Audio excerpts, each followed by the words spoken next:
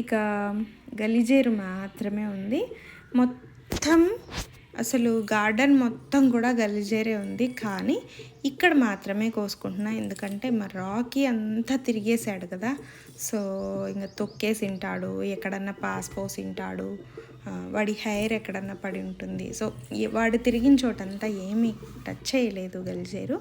ఇక్కడ మట్టి అంతా గుట్టగా పోసున్నాము.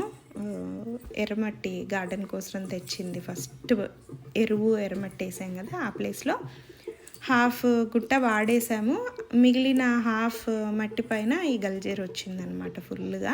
సో ఇక్కడికి ఎక్కడు రాకి, హాఫ్ తవ్వాం కాబట్టి కాలు పెడితే మట్టి రాలిపోతూ ఉంటుంది కాబట్టి ఇక్కడికి అస్సలు ఎక్కడు. ఒకవేళ ఎక్కి ఉంటే ఇంత బుషీగా ఆకు ఇలా ఉండదనమాట, నలిగిపోయి కొద్దిగా పాడైపోయి కనిపించేది.